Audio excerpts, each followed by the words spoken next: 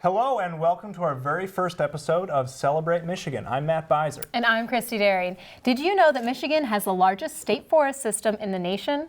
We have 4 national forests. Yes, the Manistee, Hiawatha, Ottawa, and Huron. Well, that's exciting. A lot of great wildlife right here in Michigan. For your next backpacking trip, don't go very far because it's all right here. Well, as a state, we have a lot to celebrate, and that is what this show is all about. There are many great things happening here in Michigan, and on this show, we are going to discuss important issues for Michiganders and learn about all kinds of interesting people working right here in the state. It'll be very great. We've got some very great people from Michigan. Excited. So today, we have a great guest joining us, and he has told thousands of stories as a TV reporter and a documentary producer. He has appeared on PBS, the History Channel, the Outdoor Channel, Discovery, and in countless classrooms as a guest speaker on topics ranging from shipwrecks to aviation. Please give a warm welcome to Ric Mixter. Thank you. Thank you so much for joining us. Oh, pleasure's Thank mine. you so much, Ric. You know, thousands of Yoopers are cheering right now that your first show has a Yooper on it, so way to represent. Terrific, terrific. Well, I was just listening to Christy's intro. She gave you a marvelous, very informative intro, and I'm just wondering, is there anything you haven't done? I haven't gone to the moon yet, and it sounds like we're not going to go in the next couple, so I think that's all. Oh, too bad. But who knows? You never know what might be on the plate. But maybe Mars. Certainly I've been very lucky, though. Mars would be great. Terrific. But for now, you've stayed a lot in the lake area. You've done a lot of work with water and a lot of work with There's just so many opportunities here. That's why I think it's going to be so easy for you folks to do a show, because there are so many incredible things that are right here, bordered by these incredible Great Lakes. So for me, knowing that 2/3 of our state is underwater, I spend about 2/3 of my time underwater because that's where most of these incredible treasures are. So, and then the other part, I get to fly high over the Great Lakes. So it's been really wonderful. So how did you get into producing and reporting and just this whole storytelling business? I started off, I wanted to be a ventriloquist when I was a young man, and I just going through the phone book, I found out that there was no ventriloquist jobs open, that, you know, there's nobody that had that, so. Surprising. Yes. But lucky for me, I heard about radio, and I thought that'd be a great place to go. So at 16 years old, I got on the air in the Marquette, was actually doing silly broadcasts as Captain Macho, a superhero, and that was how I got into radio. And then from there, they saw me on, I did a telethon for the Jerry Lewis telethon, and they hired me at a local television station, and the rest is somewhat history. But it's been great, and adding some college to help me train, just like here at Madonna.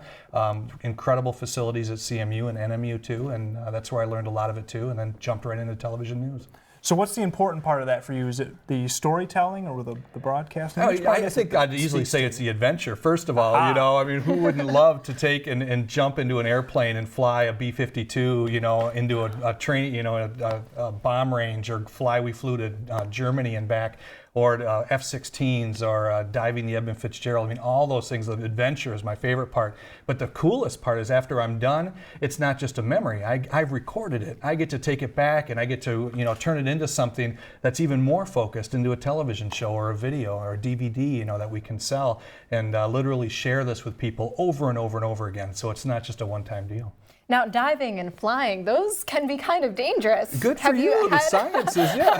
Have you had any near-death experiences or scary? No, I mean, what we do is we train and we train and we train, and when you're done training, you train some more, so that, you know, every time that, you know, I go underwater, it's backed up with not only my training, but also divers who are very responsible, and, you know, and we'll make sure that I come back. There are some issues between when I can dive and when I can fly because of the pressure that's on my body as I go deeper and deeper. But that's just, you know, if you wait a day, you can fly. And that happens on documentaries where I'll fly to Florida, and I have to make sure I have one more day to decompress, literally get the nitrogen out of my system before I get in an airplane where it's pressurized. So there is some science that we have to worry about. But people around making sure you do that. Oh, I like that, yeah. Before you jump back in. And just always have great teachers. That's where it comes down to. I wouldn't go bungee jumping or skydiving without a great instructor, and luckily I've had those. And that's why I'm still here.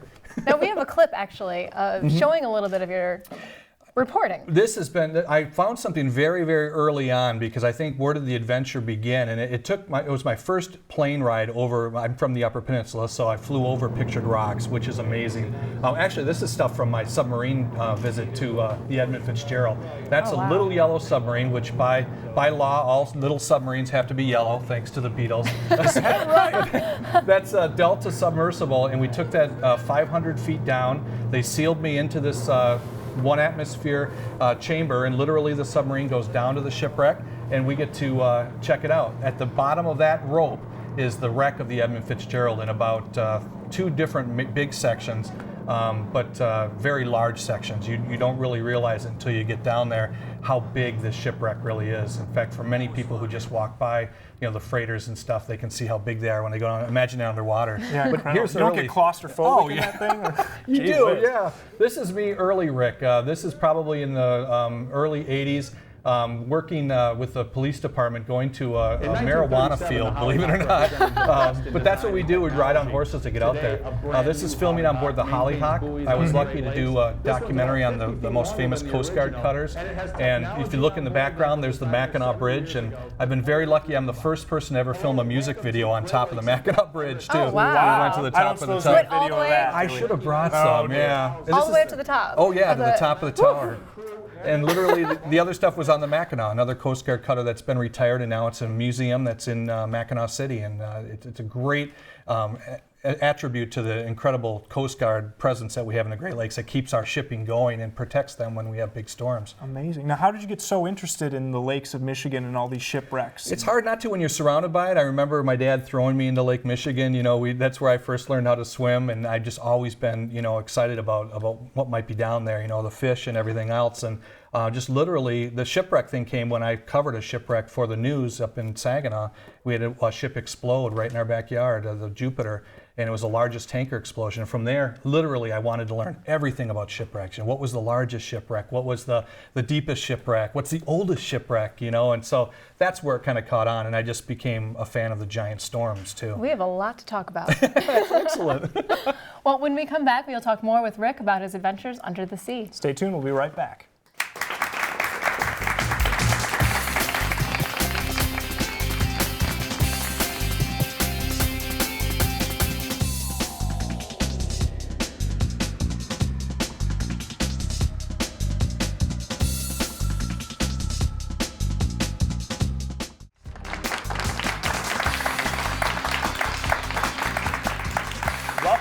Celebrate Michigan. We are talking with Ric Mixter, a reporter who has been recently recognized for over 2 decades of maritime history preservation by the Association of the Great Lakes for Maritime Historians. Thank you again for being with us. Oh, the honor's mine. It's great to be here and seeing what you guys are doing. The first show, this is very cool. We're always very excited to talk about Michigan. You are all over the Great Lakes and telling everyone about these shipwrecks and things. Can you tell us a little bit how you learned how to dive and well, not just how to dive, but how to explore these areas? It begins, I think, first just having a natural interest in them. What types of things do you want to learn about our state? And the early history for me, you can't go to a lot of sites. We have some wonderful museum exhibits, but most of the terrestrial sites that we have are pretty much gone. If they're not preserved as a museum, then they're gone. It's almost like the Wright brothers airplane. It's no longer there. You can go see a replica of it. The shipwrecks are all there. All these shipwrecks that are, one of them, 1671, think of how long ago that was. LaSalle's ship is still somewhere in the Great Lakes. So there's 6,000 shipwrecks, they say, and each one of them are a time capsule. They're frozen in time at that point. Everything that's there hasn't been touched, and so that's where you get excited. So a little bit of training, and then once you start getting into the deeper wrecks, you get a lot more training.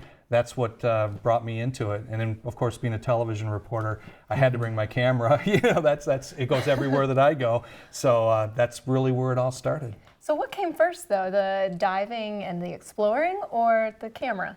The camera came first simply because I'd always been interested in making movies. In high school, I would make movies. In the Gwynn High School, we didn't have a film class. We actually stayed after for the art club. We'd make little skits and stuff, and that eventually went into, of course, working at the television stations in Marquette and Flint and at Saginaw, and I just love telling stories. The problem for me with news stories is they're only a minute long. I wanted to go into an hour long to make my documentaries, and so literally I had to graduate from that. It's one thing to make a story in a minute. It takes a real talent. A documentary takes even more, and you can spend more time on it than, say, the 2 hours that you'd get at a news team. Everything has to be turned around that day. I get a couple more days now, so I kind of love it. Much more in depth. I think we have some video here of some of your naval explorations in the Great Lakes. Fantastic. Let's take a look at that now. This is the wreck of the Nordmere. It's a shipwreck that's up by Alpena, and literally they ran aground and a big storm came after it. They were going to salvage the cargo, and they thought they could salvage the ship, but unfortunately the ship was beat up so badly in the storm in 1966. In fact, it sank, a big freighter called the Morel that tore in half off the tip of the thumb. This is the Escanaba. Not many people know about it. It was built in Bay City, Michigan, and sank in World War II.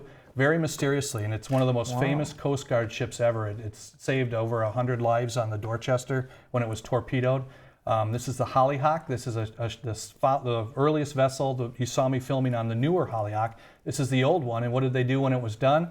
They sank it as a fish habitat off of Florida. So this piece of metal that was literally built in Michigan and created here in the shipyards became a mission ship, and then they blew it up and they sank it to the bottom of the Atlantic Ocean. And now it is a habitat for thousands of coral and fish everywhere. It's so beautiful. This is the stern of the ship. You'd read Hollyhock if there wasn't coral all over the top. And it's amazing. The only problem with this is you shouldn't touch it because a lot of that coral is fire coral and it stings like bees. We found that out the hard way.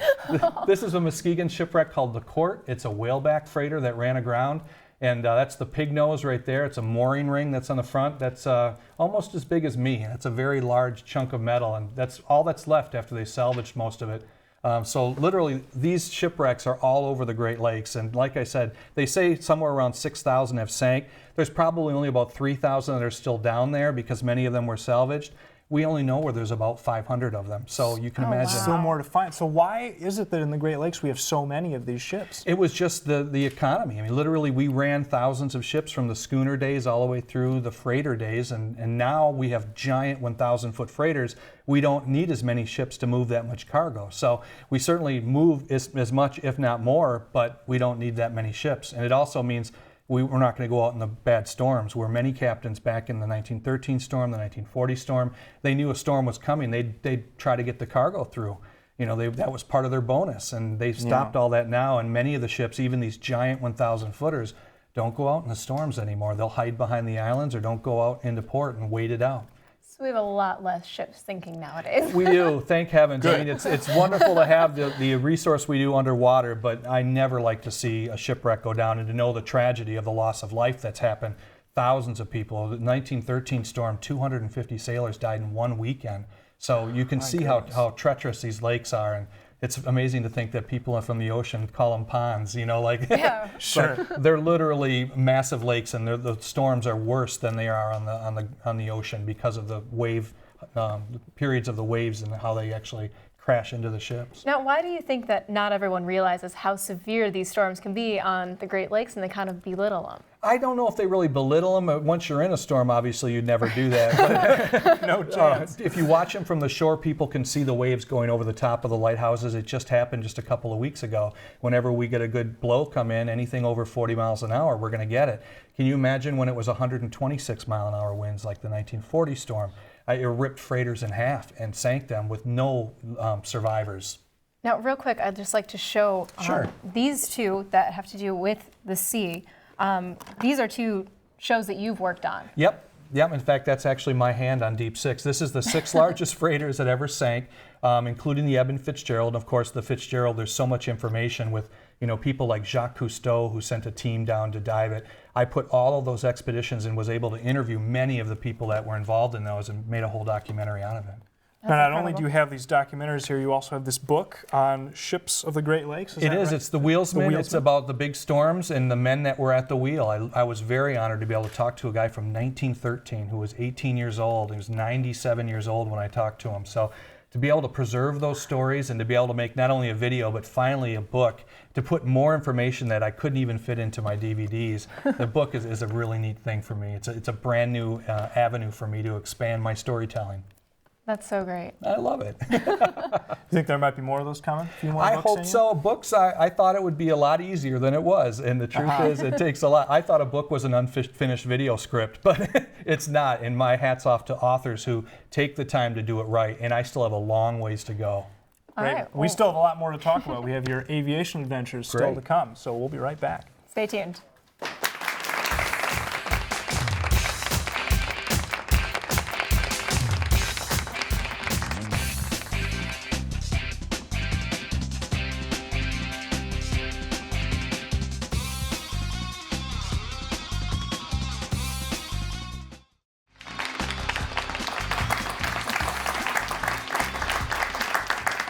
back to Celebrate Michigan. I'm Chrissy Derry, and today we have with us Ric Mixter, who is not only a reporter who reports from land and underwater, but he is also a pilot who reports from the sky. So tell us, you also fly, right? I love flying. Ever since I took my first flight over Munising, I had the bug, and I just had to save up all of my pop cans to get my pilot's license, because that's just where I really feel free. And to be able to report on stories about our aviation, that's even better yet. That's so great. And Matt is out in our audience, and he can take a few questions for Ric. Yes, that's right. I'm right here with Ida, and she has a question for Ric. Ida? Hi, Ric. I had a quick question. I noticed your DVDs that you're selling about your adventures. Where could one purchase one of those if they were interested in learning more about the great locations that you... I was looking at them. It looks fascinating. Thank you. LakeFury.com is my website, and pretty much I encourage people to please go to the museum. Most of the museums in Michigan are very wonderful, and they sell my materials.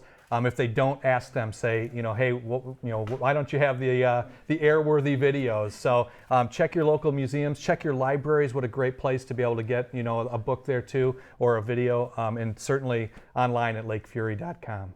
Thanks. Mm-hmm. Do we have any more questions, Matt? Yeah, I'm right here with Haley. Haley's also has a question for Ric. I just had a question. Most Michiganders, when they're wanting to recreate, are out on the water or in the air. What do you like to do to recreate? I love getting on a boat and riding until I get too warm, and then I'm over the back into the water. Lake Superior is like 50 degrees on a good day. I've seen it at 37 degrees, so it's the best place to cool off, especially when the sun's really hot and you're wearing lots of protective gear like a wetsuit or a dry suit.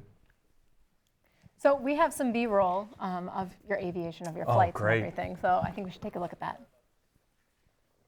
Oh, there you go. That's an alligator. I actually filmed that with Ted Nugent in Florida. We were doing an alligator hunt, believe it or not. This is a Thunderbirds. There's diving on a wreck. This is the Red Baron Squadron. I've flown with them 4 times. Oh, wow. Carrying very expensive TV gear that could fall. So I'm glad I hung on to it. There's Ted again. That's my skydiving at 12,000 feet. Luckily, we had another cameraman that came with us to capture it. And the Damn Yankees, what a great music group. We went to Florida with them when I was filming with Ted. This is my F-16 adventure, flying with the Thunderbirds, the elite fighter squadron for the Air Force. These people are incredible. That jet, the F-16, is one of the few that can do 9 Gs, meaning that when you turn, your body goes into, I weighed about 1,800 pounds, and it just pulls all of the blood out. And there's a suit that you wear called a G suit, and it squeezes your leg, and you have to grunt. And everybody makes fun of me when they hear me doing my grunts to try to stay conscious. But as we pulled the 9 Gs, you could see the wings shaking and everything falling apart, and Ric pretty much falling apart too, because all my eyesight went down to nothing. That's amazing. Well, we won't ask you to do that. I'd go back in a heartbeat. Wow. I could not do that. That takes a lot of You'd be surprised. It's so amazing, and our aviation history is just as rich as our maritime history. And with the Air Force bases that we had here, I was very honored to fly the last B-52 missions out of Michigan. So I flew the last one out of Sawyer, where I was born. I flew the last one out of Wurtsmith. So it was very nice to be able to chronicle that history, especially when nobody knew the Tuskegee Airmen trained here. That's another part of the whole story that we put into Bombs Away. So great history here too. Bombs Away. Let's take a look at that. So this is another airworthy production. It is. It's based on the flights that I took, but I expanded it to include Selfridge, which has an incredible history in itself. I mean, with the base of Generals, it's an incredible history.